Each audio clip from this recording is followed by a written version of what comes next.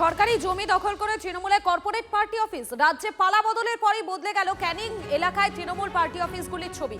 খাঁ খাঁ করছে তৃণমূল কার্যালয়। দেখা নেই কোনো নেতা কর্মীর। ক্যানিং পূর্ব বিধানসভা এলাকায় সরকারি জমি দখল করে তৃণমূলের একাধিক পার্টি অফিস গড়ে উঠেছিল। তৃণমূলের কার্যালয়ে সরিয়ে সরকারি জমি পুনরুদ্ধারের দাবি উঠেছে।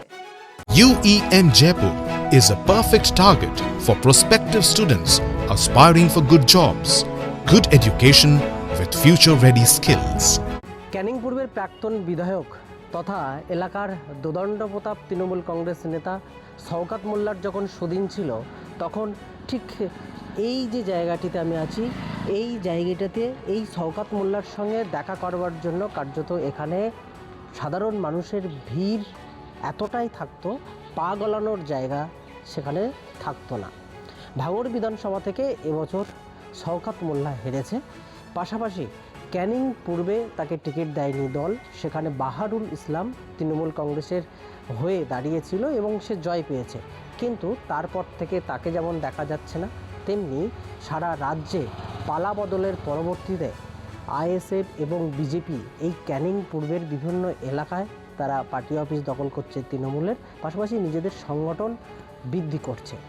কিন্তু অপরদিকে যে শওকত মোল্লার বাড়িতে তিল ধারণের জায়গা থাকতো না সাধারণ মানুষের আনাগোনাতে, তার খারাপ দিনে অর্থাৎ সে হেরে যাওয়ার পরে সেখানে কার্যত ফাঁকা। আদতে শওকত মোল্লা কোথায়, বা শওকত মোল্লা কি আবারও রাজনৈতিক আঙিনায় ফিরবে? এখন সেই দিকেই তাকিয়ে রাজনৈতিক মহল। সত্যজিৎ মণ্ডল, TV9 বাংলা, মৌখালী।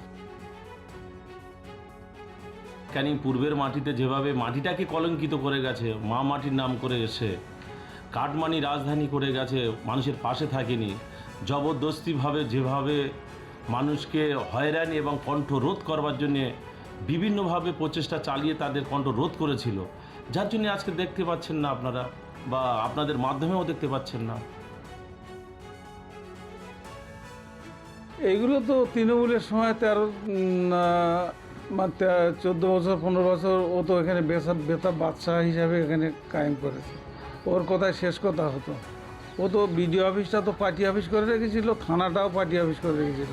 বিলাসবহুল পার্টি অফিস শওকত যা করে রেখেছে, শওকত যা করেছে, আর শওকতের যা বিজনেস, শওকতের যা কারবার এখন বর্তমানে খুলে রেখেছে, আর বোম বন্দুকের তোর মানে ছড়াছড়ি আছে প্রচুর, মানে ওর কাছে অস্ত্র আছে, প্রচুর অস্ত্র।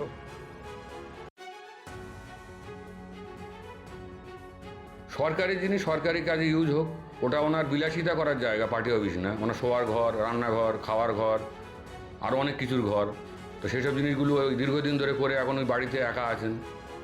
তো বাড়িতে খুব বেশি দিন নেই, ও শ্রীঘরে ওকে ঢুকতেই হবে। ওর যা কর্ম করে রেখে দিয়েছিল, ভাঙড়ের মানুষ অনেক ভালো বলে এখন ওর নামে কুকুর টুকুর পুষিনি। ও যেসব কথাগুলো বলে রেখে দিয়েছিল, আমি রাজনীতি ছেড়ে দেবো, তা রাজনীতি ছেড়ে দেবো তো বাবাজি তুমি বিজেপির সঙ্গে যোগাযোগ করছো কেন?